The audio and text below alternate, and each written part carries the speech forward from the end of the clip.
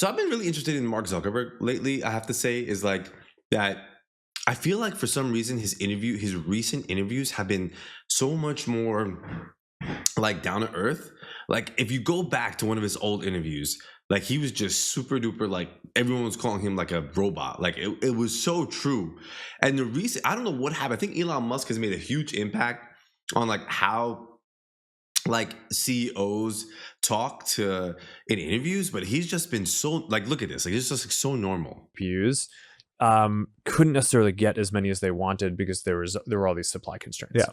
Now I think that's sort of Then getting now less. I think So it, now now I think you're seeing a bunch of companies. but let's go back. So like for example, if we look at like Zuckerberg, like let's go Zuckerberg robot moments. Like it's just so different. Like, and I want to react to some of this other stuff, like his recent interview on AGI. But like for example here, like let's look at it. Well, this I don't know. Earlier this year, I started building a simple AI to help run our home. I talked to Jarvis using this app I built. It uses artificial intelligence to understand me and figure out what to do. Max, let's go back to the homepage. Over the last few years, I think there's this issue. And let's look at this.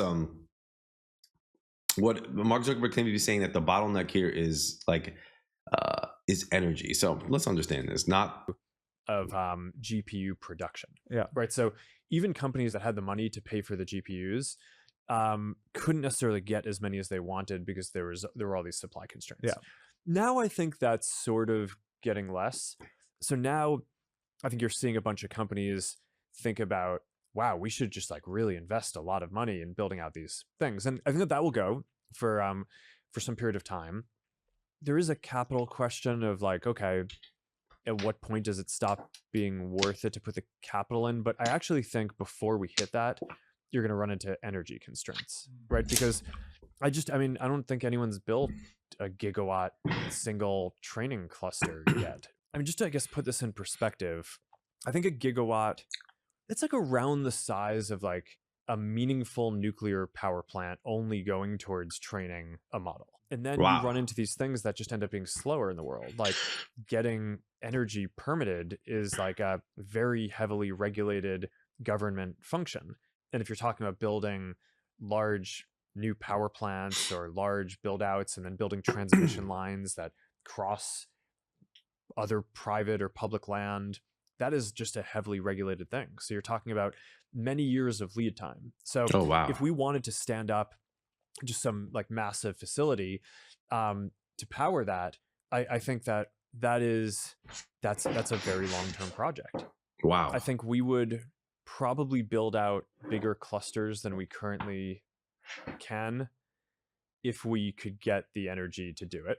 So I think that's fundamentally money bottlenecked in the limit. Like if you had $1 trillion, I think it's time, Yeah. right? I love how he says. But it depends on it's how time. far We got the the money. exponential curves go, right? Like I think a number of companies are working on, right now I think like a lot of data centers are on the order of 50 megawatts or 100 megawatts, or like a big one might be 150 megawatts. Okay, so you take a whole data center and you fill it up with just all the stuff that you need to do for training, and you build the biggest cluster you can. I think that's kind of, I think a bunch of companies are running at stuff like that. So I think this is a really good, like, so this is interesting now, and I feel like he does have a good point, because it's not so much that the computing power. Although I don't know if I fully agree, because servers do seem to have gotten expensive. But because it's like, in one sense, like, yes, servers have kind of gone, they got better, but they've also continued to rise in price. So server space is not getting any cheaper. If you look at like DigitalOcean and like AWS, honestly, the prices just keep rising. They're not going down. But it sounds like for Mark Zuckerberg, like, money's not a problem, because you heard him say, like, I don't know if the money is the issue, it's the time, right? So Facebook has like a lot of money, or Meta, but it seems like, if you think about, right, like, this makes me wonder, right? Because also think about it, when it comes to the speed, right, they need to have, like, computing power needs to be globally in order for it to be fast, right? So there's one thing of like having one massive data center, right? Big enough, you need enough energy, right? That's going to train AI models, It needs to be massive. It needs to be super large. And it needs to have a lot of energy. So I could see that point, right? You have all these servers, one space, so much energy required. The question is, so where does that go, right? Like, where does that go?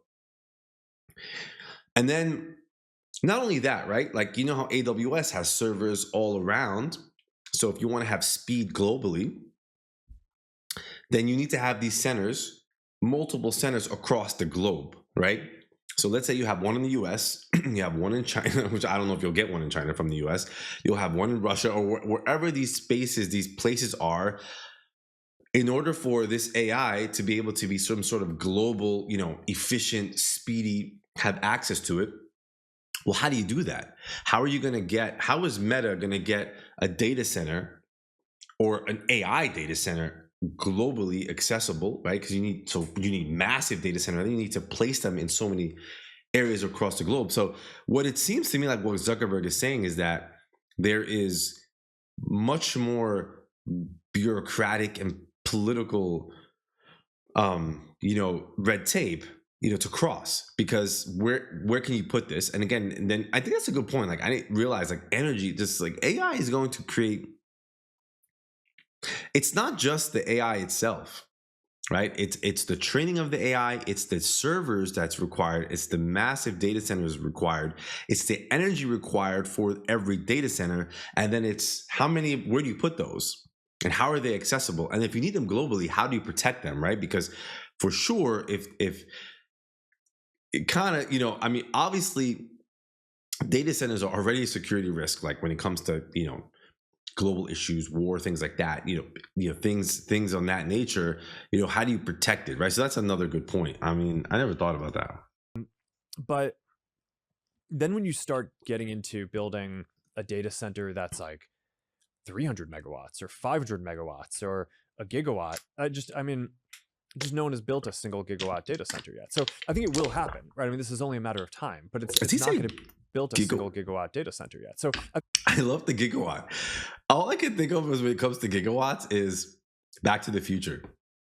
1.5 gigawatts. Oh my God, you guys, if you guys have not seen, I'm sure everyone's seen Back to the Future. That's for the old heads, but for the younger people, please go back and see Back to the Future. It's truly the original sort of like idea of like this mad scientist with like this regular kid, and I think they made those cartoons about those as well. Like there's like an animation with that, but it's the original idea of like a mad scientist. But there's the spot where it's like 1.6 gigawatts. Hold on, let me check that out. Back to the Future gigawatts quote. I don't want to play this whole thing. I just want to put the. To generate the 1.21 gigawatts of electricity. What did I just say? The flux capacitor stores. This sucker's electrical. But I need a nuclear reaction to generate the 1.21 gigawatts of electricity. 1.21 gigawatts! 1.21 gigawatts! Great Scott! That's hilarious because he's saying 1.21 gigawatts. This was like what was this in the 80s, this film? And Mark Zuckerberg is saying now we need. Over the last few what did years, he just say? Hold on. This issue. That it's one of the trickiest things in the world. Megawatts or 500 megawatts to building a data center that's like 300 megawatts or 500 megawatts or a gigawatt. Just no one has built a single gigawatt data center yet. So I think what was discussed, if I'm going to say this correctly, in Back to the Future in the 80s, no one's even done that yet. Happen, right? This is only a matter of time, but it's not going to be like next year. It's one of the trickiest things in the world to plan around is when you have an exponential curve, how long does it keep going for? Yeah. And I think it's likely enough that it will keep going, that it is worth investing the tens or 100 billion plus in building the infrastructure to assume that if that kind of keeps going, you're going to get some really amazing things that are just going to make amazing products. But I don't think anyone in the industry can really tell you that it will continue scaling at that rate for sure, right? In general, in history, you hit bottlenecks at certain points. And now there's so much energy on this that maybe those bottlenecks get knocked over pretty quickly. But I don't think that this is like something that can be quite as magical as just like, okay, you get a level of AI and you get a bunch of capital and you put it in, and then like all of a sudden the models are just gonna kind of like like I think you